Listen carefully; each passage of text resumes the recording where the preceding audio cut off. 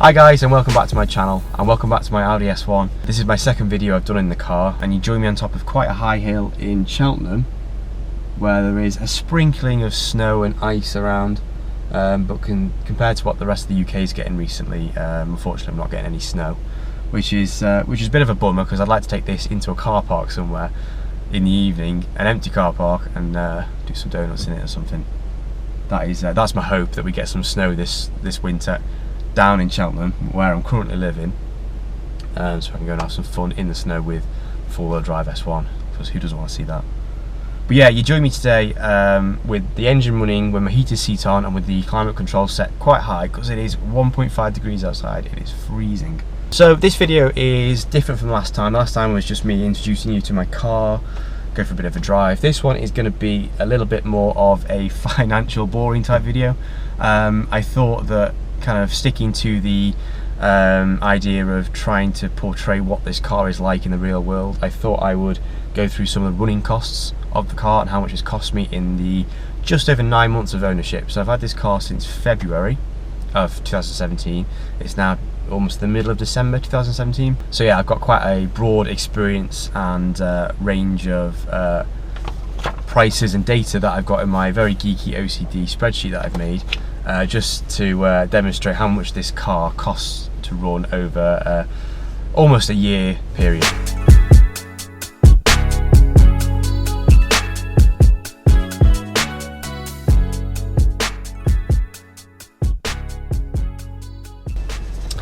Okay, so we shall start with the kind of more general service items. So I bought this car, it was actually quite high mileage. I think I bought it at 45,200 miles exactly, according to my spreadsheet, back in the start of February of this year. And immediately there was a message on the dash saying it needed a major service. So that comprised of oil and filter change, spark plug change, pollen filter change, air filter change, and then obviously the usual inspection service as well. So my initial call was to call my local Audi dealership, and they quoted me £489 for a major service, to which I quite quickly declined that offer, put the phone down, because I thought, I'm not paying shy of 500 quid for a main, alright, it's a main service, but 500 quid? I don't think so, for an Audi S1. Anyway, I then rang up my my local VW Audi specialist, who I've been to before in my old car. Really good, use genuine OEM parts. They're all really like teched up, they know what they're talking about, and the main thing, they actually care about your car. So I took it to them, got the exact same service from them, and it costs me, how much did it cost me here? £266. That was minus the air filter and the pollen filter, because I knew I could get them cheap on eBay and just replace them myself. So this was just for oil and filter change, inspection service and spark plugs. They wanted £266, which I was more than happy to pay for. The next thing I needed, which was about a week later, was 4 new tyres, because unfortunately I bought the car on almost slick tyres. So I bought 4 Uniroyal Rain Sport 3 tyres, and they cost me the grand total of £440. So keeping in with the main service, the 2 items that I left out and then decided to replace myself was the pollen filter and air filter. I got the OEM air filter replaced for £12, I bought that from TPS, and I bought a pollen filter for £5 on eBay. I got that from an Audi garage eBay store. They were selling them off cheap. OEM Audi A1 S1 pollen filter for £5. Perfect. So after the main service and tyre change, the next major service item that I needed to pay for was to replace the front and rear discs and pads. They were all quite worn, especially the front. Now, before going into the prices, I'll caveat this with the fact that this was an absolute nightmare to find and to purchase. The S1 is a weird car. No one seems to know the right information or any information about it. So if you go to any of the major retailers, so Eurocar Parts, Pagid, Zinnemann, I'm trying to think of other brake manufacturers, any major car component website, they all consider the S1 to have a bolt pattern of 5x112, when in fact it's a bolt pattern of 5x100, and that's where we came unstuck. I originally bought some discs that were considered compatible with the S1 for my car, from Eurocar Parts, and they came and they just wouldn't fit. So in the end, I sent back about 2 or 3 sets of discs. Absolute nightmare trying to find them. In the end, I had to replace the front with OEM discs, and the rear I found Zinnemann, a German company, did rear discs for this car, but it was a real nightmare to find. It wasn't actually me that found them, it was a friend that found them on the My Tyres website, and they weren't actually listed in their online shop. We had to find some weird URL to get them. It was a real cock up. It was a weird experience. And to be honest, if I've got this car when it next needs new brakes and new discs, I think I'm just going to replace it with an entire new brake setup, i.e. an S3 brake setup, because it was an absolute nightmare to find replacement discs for this thing. You ask any owner, they'll have the same experience. So with the help of my friend who's heavily into modding Audi and VWs, I bought the pads and discs myself, and me and him fitted them, so there was no cost in fitting, luckily. But the prices of the OEM front discs was £83 for the discs, 2 discs, and £34 for the front pads. The rear Zinnemann discs were £58 for the discs and £30 for rear Pagid pads. Now in terms of fuel for this car, it's not too bad on fuel. If I'm driving around town, currently I'm getting 22 miles per gallon.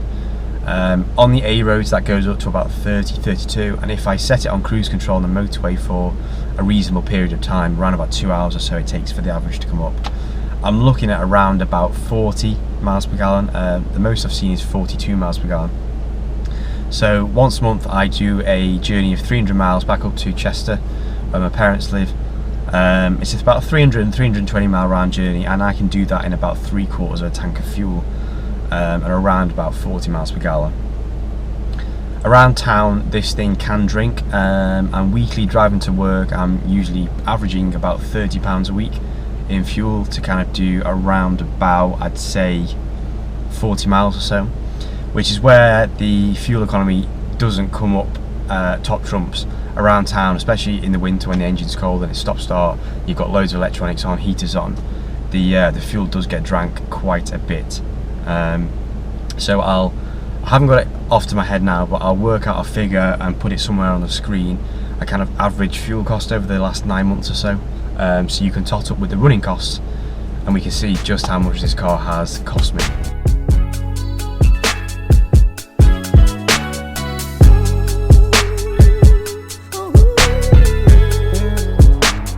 So guys, I hope this video was helpful.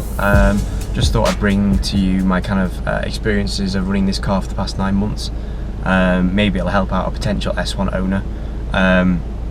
Although I don't have the overall figure of running costs to my head, I will somewhere along here put in a total of the running costs for the last 9 months, including all of the kind of service items I just mentioned, and my average fuel bill for each week, considering I do kind of 30 to 40 miles around town and a 300 mile round journey around about once a month as well.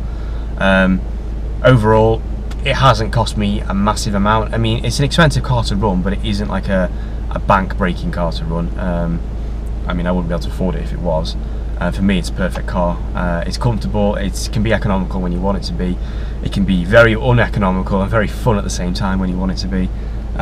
It's kind of that car that you can do everything with. You can have some fun with it, you can put it on the motorway, put the music on, sit it on cruise control, and it'll do it all.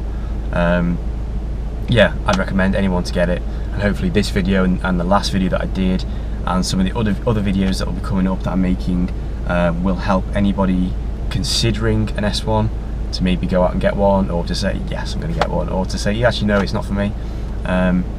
I would recommend it. The only thing that I wish this car had was an S-tronic gearbox. My last car was a 185 brake horsepower Audi A1 with the 7-speed S-tronic gearbox, and I absolutely loved it. Don't get me wrong, when I'm giving it the beans in this car, the manual is fantastic, but for a kind of everyday driving and kind of 90% of driving, I wish I had an S-tronic gearbox. Completely out there and completely nothing to do with this video, but I just thought I'd put it out there. The car is absolutely fantastic. Running costs, not that bad. Affordable, not bad breaking. Yeah, car's fantastic. So yeah, cheers guys, thanks for watching. Give the video a thumbs up, consider subscribing, comment in the video below and let me know if you've got any more video ideas. Cheers guys.